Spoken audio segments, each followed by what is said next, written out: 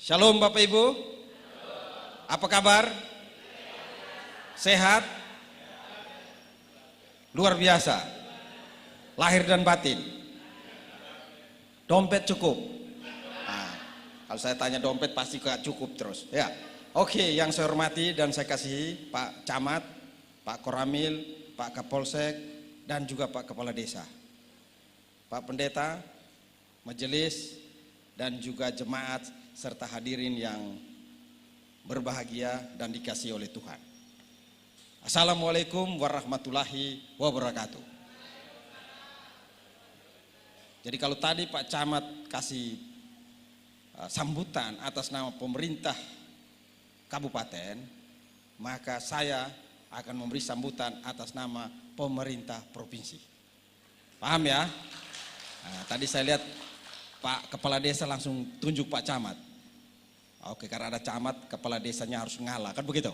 Nah, itu hierarkinya begitu ya. Kan gitu, karena Pak Camat itu perpanjangan tangan bupati. Tapi yang hebatnya kepala desa, kayak presiden Pak, dipilih langsung oleh rakyat. Luar biasa loh. Ya, stempelnya sudah Garuda atau masih belum? Mereka minta supaya stempelnya Garuda Pak, supaya sama dengan presiden. Presiden kecil mereka. Hah? Betul ya? Punya anggaran sendiri, ya, punya kekuasaan sendiri. Oke Bapak Ibu yang saya hormati, saya Daniel Rohi, anggota DPRD Provinsi Jawa Timur dari Dapil Malang Raya. Kalau bicara pemerintah itu ada dua, DPR dan gubernur. Jadi Pak Camat, Pak Koramil, kalau anggota DPR ke gereja itu, gereja kadang-kadang agak salah tingkah. Beda dengan Pak Camat datang. Karena mereka merasa bahwa pemerintah itu hanya eksekutif. Padahal mereka lupa, kalau nggak ada DPR ketuk palu, Pak Camat nggak terima gaji. Betul tak? Betul Pak, Bu Gubernur nggak bisa apa-apa Pak, kalau kami tidak putuskan anggaran yang harus dilakukan. Karena untuk pakai uang di negeri ini harus ada payung hukum. Dan payung hukumnya adalah Perda APBD. Nah, jadi kalau saya datang sini, itu sama dengan Bu Gubernur datang ya. Sepakat nggak? Sepakat tidak? Kalau nggak sepakat saya pulang. Kan begitu. Ini pendidikan politik bagi warga gereja Pak. Kadang-kadang mereka masih kikuk. Anggota DPR, oh jangan anggota DPR, itu politik. Ya semua hidup kita ya politik Bapak Ibu ya. Nggak ada orang yang terlepas dari politik. Hanya bagaimana kita menempatkan diri sebagai warga negara yang bertanggung jawab, itu menunjukkan kualitas warga negara kita. Bapak Ibu yang saya hormati, kita bersyukur hidup di Malang Raya. Karena saya anggota DPR dari Malang Raya, maka tugas-tugas pemerintahan provinsi saya jalankan di Malang Raya. Dan gereja ini ada di Malang Raya, dan Malang Raya itu bagian dari Jawa Timur. Betul ya? Bagian dari Jawa Timur. Ada Bapak Ibu lewat jalan tertentu itu jalannya Jawa Timur Pak. Kalau masuk sungai itu sungai Jawa Timur Pak, bukan sungai kabupaten. Apalagi ke laut, itu lautnya provinsi. Gitu ya? Nah, ada pembagian-pembagian wewenang yang harus kita pahami. Oke Bapak Ibu yang saya hormati, kita bersyukur hidup di Malang. Malang ini sangat harmonis ya. Walaupun masih ada banyak persoalan, apa problem terbesar di Malang hari ini? Malang ini paling banyak memproduksi janda. Tingkat perceraiannya cukup tinggi Bapak Ibu. Hah? Betul tidak? Betul tidak? Jangan ketawa. Ya, Pak Mikol, pastikan di gereja ini ada gak? Ada. Berat itu. Nah, Malang itu nomor satu, tanya Pak Camat itu. Nah, kenapa saya sebut ini? Karena pemerintah provinsi itu kalau mengukur gubernur sukses atau tidak itu ada 11 poin. Tapi sore hari ini saya mau bicara 2 poin saja yang relevan dengan kehidupan kita. Yang pertama adalah indeks kebahagiaan. Jadi Jawa Timur ini daerah yang tidak bahagia-bahagia amat. Jadi ukurannya itu di tengah-tengah Bapak Ibu. Daerah yang paling bahagia itu di Maluku Utara. Angkanya 84. Jawa Timur itu hanya 72. Saya belum cek di Malang ini poinnya berapa. Artinya apa Bapak Ibu? Salah satu dari poin penting itu dalam indeks kebahagiaan itu adalah keharmonisan keluarga. Nah ini kita bicara harmoni. Bapak Ibu ya. Keluarga yang harmonis itu menentukan apakah satu masyarakat, satu daerah itu orang bahagia atau tidak. Nah, Jadi makanya kenapa saya bilang tadi Pak Camat, Pak Kades, tanggung jawab Bapak untuk memastikan bahwa keluarga-keluarga yang di bawah otoritas Bapak itu semua harmonis. Tidak ada perceraian. Amin. Amin ya. Ini berat gak ini? Atau tadi ada teman saya telepon, Daniel, ini saya mau cerai ini.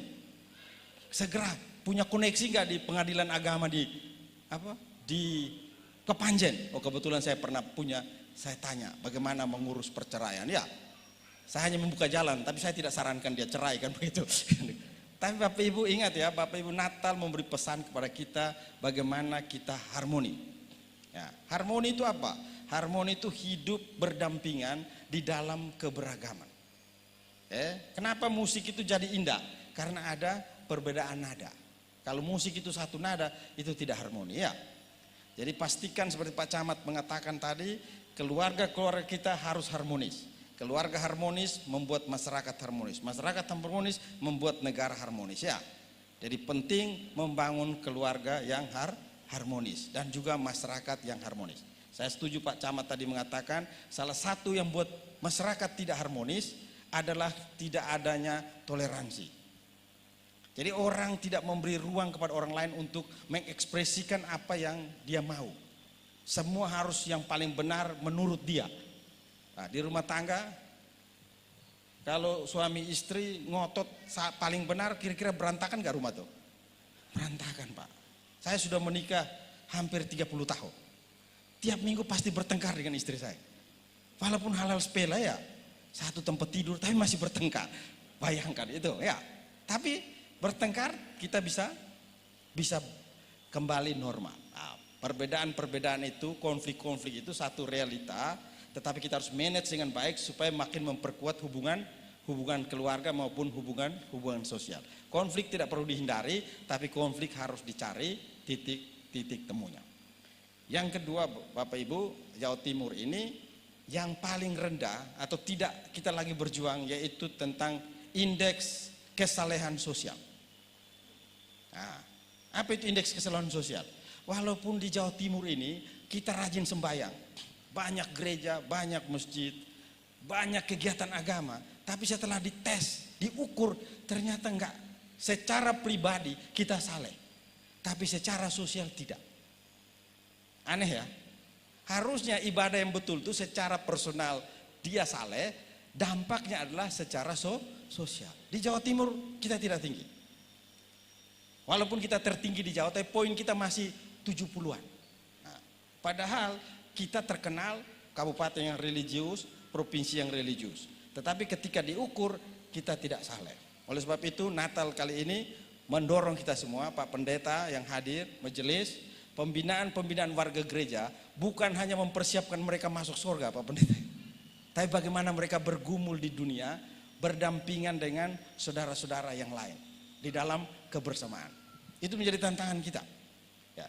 Buat apa kita saleh, rajin gereja ya, berdoa ya, kebaktiannya meriah, band-bandnya menggelegar, tapi ketika kita tidak kenal siapa tetangga kita, kita tidak mengasihi orang di samping kita, malah karena dia berbeda kita mengatur jarak.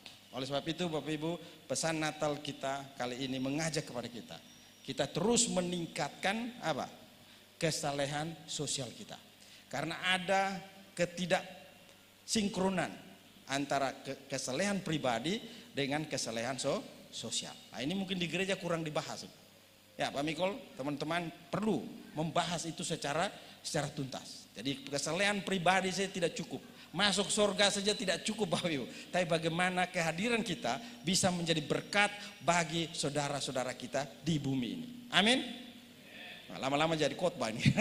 Ya, jadi Bapak Ibu yang saya hormati, akhir kata saya atas nama pemerintah Provinsi Jawa Timur mengucapkan selamat Natal untuk jemaat GPDI Narwastu di Kecamatan Turen.